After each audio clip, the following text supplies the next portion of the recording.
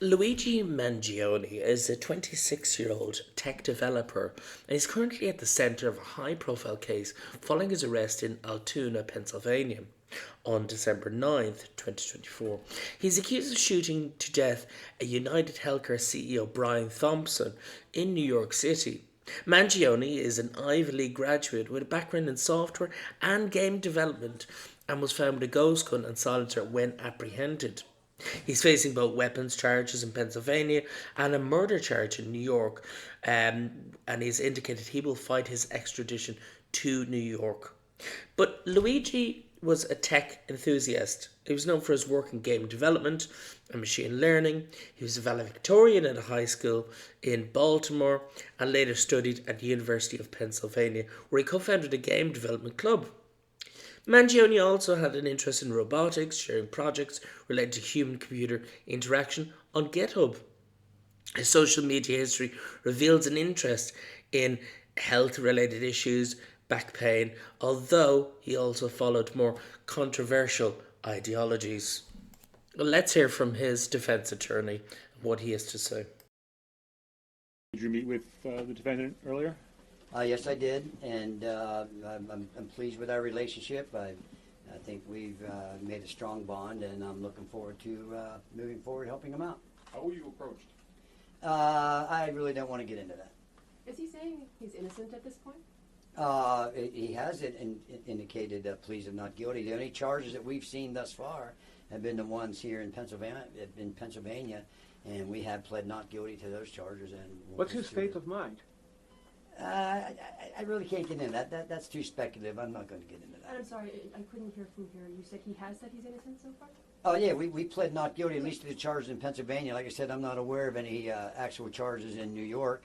If you were in the hearing earlier, there was a proceeding where they introduced some documents, which, as I complained about, didn't have enough information for me. So we're looking forward to getting that additional information. When did that plea happen? It's not something that at least I was aware of. Okay, well, hopefully, again, I was not at the arraignment yesterday.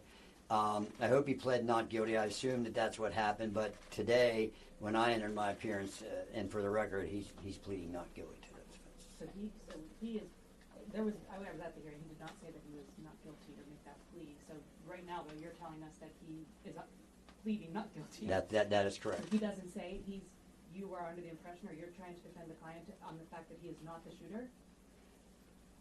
Listen, I haven't seen any evidence that says that he's the shooter. So that's like I said earlier, and I wasn't kidding around. A couple of things: if you're going to report something, report it accurately, and remember. And this is not just a small thing. The fundamental concept of American justice is the presumption of innocence, and until you're proven guilty beyond a reasonable doubt. And I've seen zero evidence at this point, and so I'm not even aware of what any charges. I'm sorry, that's just regarding the extradition request from New Well, York. the only hearing today was the extradition, so we're going to take one step at a time. It's a long process. What about the photos that police released, the NYPD release of him? I'm sorry? The photos the NYPD release of your client. I don't have any control over what the NYPD does, and if they release something, I hope I can get my hands on them. And if you guys get them, send them to me. I'd appreciate it. Clarify something. You pled for him not guilty in the state of Pennsylvania about the charges here. Can you when did that happen? Well, he has a hearing coming up. I believe it's the 20-somethingth. I can't recall. A lot happened today. So until they haven't even had a prima facie case established yet, so they have to have a prima facie case established before the case can move on to the Court of Common Pleas. The burden is always on the government, thank God, and that's their burden, and they're going to have to produce some evidence, and we're anxious to see it. Understanding that you have said you have not seen charges coming out of New York yet, that if and when there are, and you have seen them, will you be pleading not guilty to those as well? That would be my expectation. That certainly would be my advice. Your client's demeanor the past 2 days, but the arraignment and again today at the hearing, at some points he was smiling, laughing. You even had to actually tell him to stop talking.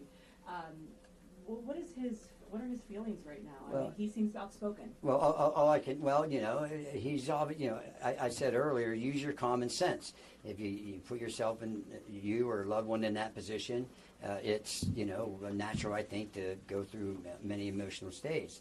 As far as him not talking, as long as I'm going to be the lawyer, I'm going to do all the talking. My client's not going to say anything. A quick question about process. I was also at the hearing last night. I don't remember any plea being asked for or entered. Okay. In, As long as he hasn't pled guilty, that's all I care about. in the Blair County case, it's just the not the. Well, I'm telling you, as his lawyer, he didn't have any lawyer of record, and he didn't have any representation until I got involved this afternoon. And I'm telling you, he's pleading not guilty to each and every of When those. does that plea normally happen? At the first hearing? Like I said, normally that could happen at the what happened last night at the informal arraignment, which is at the magisterial district judge. So is he telling you this is all some sort of awful mistake? I'm not going to talk about anything he's told me. How do you end up in Altoona? I'm not going to talk about that. Has he been able to contact his family since? Yeah, I'm not going to get into that either. Can you tell us when you were hired? I can say sometime prior to the hearing this afternoon. So you were hired and not appointed by the court. That is correct.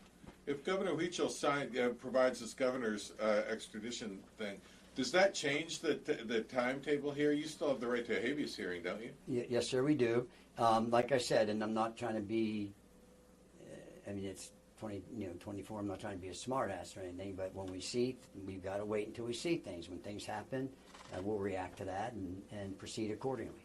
Since cameras weren't allowed in the courtroom, and which is normal and fine. In Pennsylvania, that's the law. Would you be able to give us a summary of what it is that happened in the courtroom today? Yeah, today is basically what it was, and it happened fast. There was an extradition hearing scheduled. I found out about that about an hour or so before the hearing, and the initial thing is a person can waive extradition.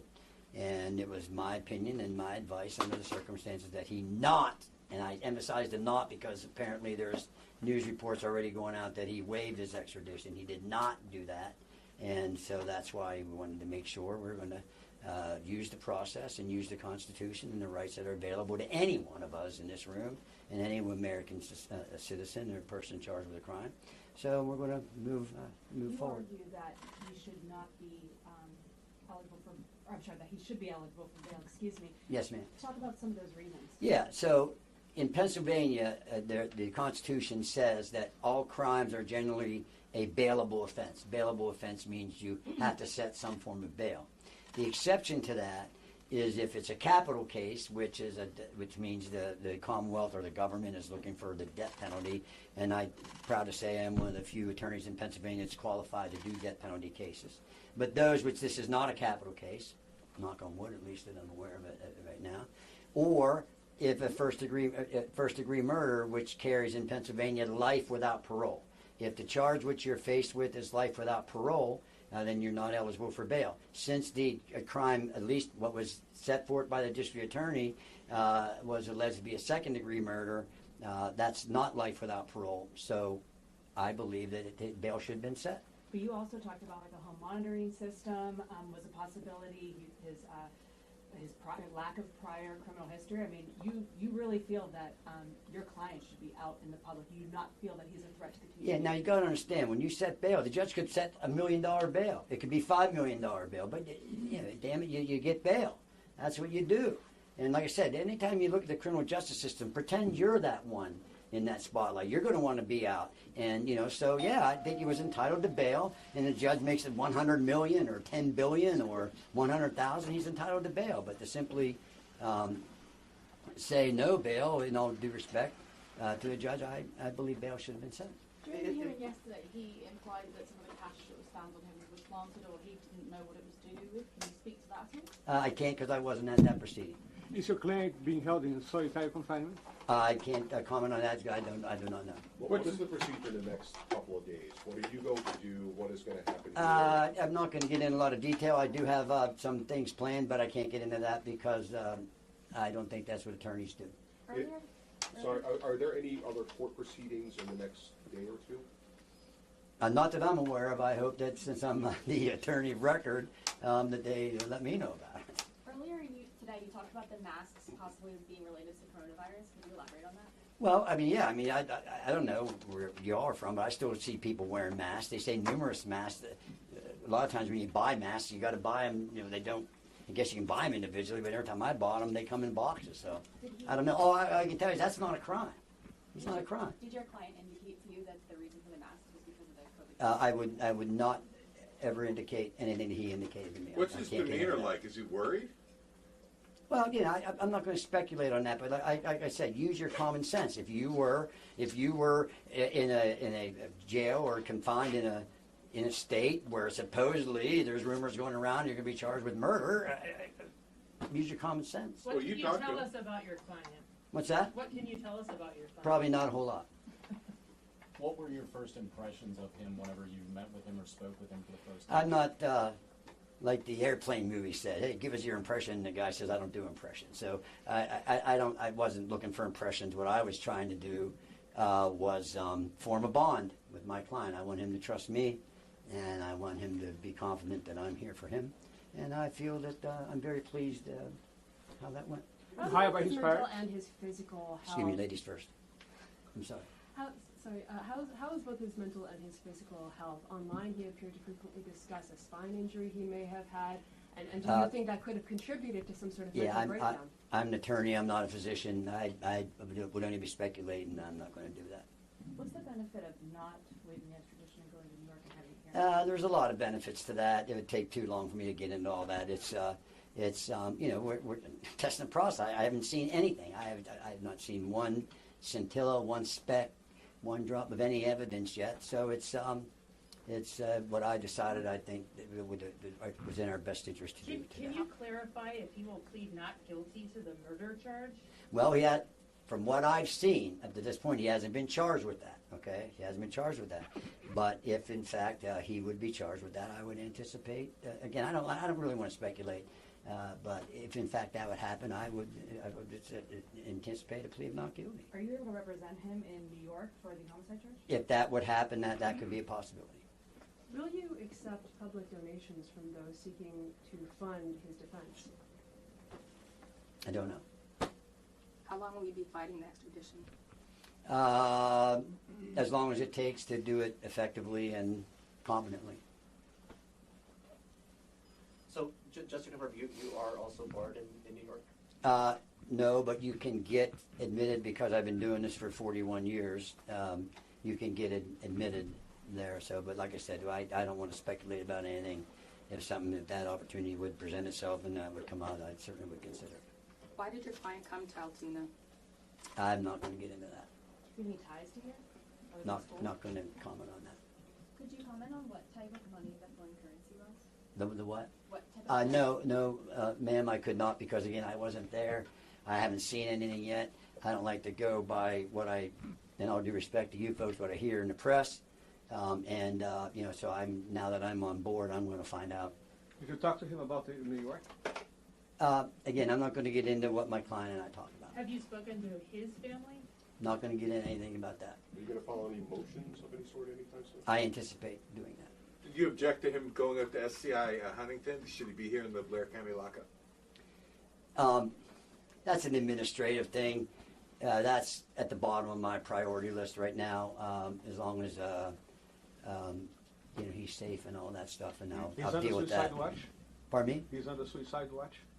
I don't know that, and even if I did, I wouldn't comment on it. Sir, can you just Because they do that a lot of times in some institutions just as a matter of procedure. Sir, can you just repeat? I'm sorry, folks are watching this all over the country and they're having questions. Is that why all your cameras are here? Can you just help us understand what do you expect him not to plead guilty to? Is this the murder charge or the charges in Pennsylvania? If you charge a person, if the government charges a person with a crime, they have to prove that, okay? And they have to have some evidence, all right? So, you know, we got it. Like I said, you can look on this table, and here's all the evidence I have right here. Zoom in as close as you want to it. Nothing. I've seen nothing. I have nothing, and we'll get that. And So what is he pleading not guilty to? What charges? Both? Every charge, and Every charge. Every charge, soup to nuts. Every charge. What about the money? But what money? It was $8,000 that was found in him. I'm not commenting on that again. Like I said, I don't know anything about money other than what I've heard from you guys, and I will get to the bottom of that. And Taking a step back for a second, when but stay close to the mics. Okay, sorry. When you saw news of the shooting last week that the CEO of United Health had been gunned down in the streets of Manhattan, what did you personally think? What was your reaction? I'm a lawyer. I'm a criminal defense lawyer. I don't have a whole lot of time to watch news. I just look at glances, and I won't comment on When did you hear of it? that. I can't even remember. Have you done any investigation yet? I'm just really kind of basically got in this thing today, so I'm going to be doing some of that. Can you clarify who hired you? No, I cannot. Are I you- will not. are I you- can, but I will not. Are you aware of the statement the defendant made when he was being escorted into the courthouse today? Well, I've heard some different versions of that. So I need to see what that statement was and all that stuff. But hopefully there won't be any more of that. Your visits will be up there in Huntington? I do not know. Sometimes I can get the court to arrange for him, for not just him, for a client to be transported back to Blair County. We understand that there have been some threats made to local restaurants, local establishments, even the local police and their building. Have you and your office, your staff here, received any threats of that kind? No, I hope not. But no, I'm not aware of any. I heard that just, I don't even know where I heard it in the last half hour on my way back to my office, but I don't know. I think what I did, and maybe I think I saw some transcription of District Attorney Weeks' press conference. He mentioned something about people being threatened. I hope not. I mean, that's not what we should be doing as Americans. When do you expect to talk to your client next? Soon. Are you going to attempt to delay the December 23rd prelim? Is that enough time? That's a good question. I do not know that yet. That could be a possibility. Does he have a current physical injury of any kind to his back? I'm not going to comment on anything personally related to my client. What are we missing? What happened in court when you told him to keep quiet? He shut his mouth, which is good. That's what he needs to do. And now we've got the interview with Corey Way, which is the former classmate of Luigi Mangione. Let's see what he has to say about him. I came into the school in 8th grade. I knew him 8th grade throughout high school. But I obviously knew him. We were a small class, small school, only about 400 kids in the high school, maybe like 85 to 100 in my class. So everybody knew everyone, really. So what were your interactions like? How well did you know him? How many times would you speak to him? What do you remember? I would say I spoke to him pretty frequently. He was like a leader in our class, so I'm not quite sure the exact clubs because it's a while back, but he was like a leader of clubs. He was in many clubs. He was also like a soccer player as well. He played baseball, I believe, in middle school, but I think he stopped after that. But everyone just knew him as like a quiet, reserved, nice kid, and he was obviously really intelligent, and everybody can tell that by his resume, of course. Yeah. So he was a valedictorian and Yeah. then had a speech at your... Yeah, so he spoke at our graduation. Every year they have like somebody who's, exceeds academically and in and out of the classroom, and they have them speak in front of our high school. It's weird saying it, but yeah, he was that person that we chose to speak, so yeah. Okay, so you've been following this case pretty closely. When you saw the photo with him wearing his mask, what were your thoughts? My first thoughts, well, I've had like a history just following like high profile cases. It was just interesting to me personally. When I saw the photo, like I thought it was like a 35-year-old guy. It was like he's a good looking dude, like sharp jawline kind of thing. But I had no hindrance that it was him. I mean, in the back of my mind, I was like, I feel like that face is familiar, but it was like subconsciously, not really like on the forefront. So when did you find out, and what's your reaction to it? So when I found out, I had like 25, 30 text messages from all different people from I'm from Baltimore, obviously, where we went to school together. And everybody that I know from Baltimore is reaching out to me like, did you know this guy? Did you go to school with him? He graduated in the same class as you. And of course I, replied to all of them after a while and said, yeah. So my initial reactions were just shock, surprise, and I just would never expect someone who went to our school to, be involved in this. So it was just shock, really. I'm still shocked. And what year did you graduate? 2016. Okay, from 2016 until now, have you spoken to him at all, or seen anything on Facebook? Are you friends with him on Facebook? Or? I followed him on Instagram. I think we went back and forth here and there, just touching base with each other. I hadn't spoke to him in maybe 4 years prior to this, though. Recently, when we went right out of high school, we would check up on each other here and there. But I do know that a lot of people that I went to high school with that were a little bit closer to him said they lost contact with him about a year and a half ago. So, is there anything else you'd like to add? No, just praying for the family, of course, and Gilman community, my high school, and just Stanford and Penn community as well. I pray for them. I hope this doesn't have a negative perception. Why do 90% of news reports sound like they're written by robots? Not here, folks. Welcome to the uncensored, unapologetic playground of news. Reporting live from the City of Angels, we're diving headfirst into the headlines you love and the ones you love to hate. Politics, global chaos, and the occasional celebrity meltdown. No filter, no fluff. Buckle up, it's about to get real. This is breaking news with a twist. Stay tuned if you dare. Subscribe to our channel for more unfiltered news from Los Angeles and join us for exclusive, unedited extra footage.